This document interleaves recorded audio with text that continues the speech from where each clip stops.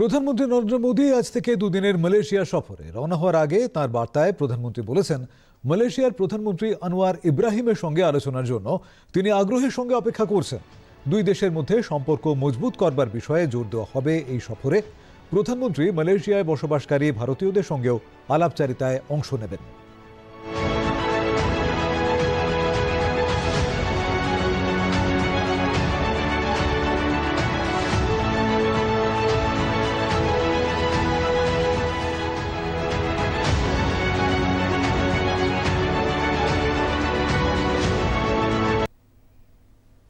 প্রধানমন্ত্রী কুয়ালালামপুরে মালয়েশিয়ার প্রধানমন্ত্রীর সঙ্গে বৈঠকে বসবেন বলে জানান মালয়েশিয়ার ভারতের হাই কমিশনার BN रेड्डी। व्यापार है, निवेश, रक्षा, सुरक्षा, सेमीकंडक्टर सेक्टर और डिजिटल इकोनॉमी और दूसरे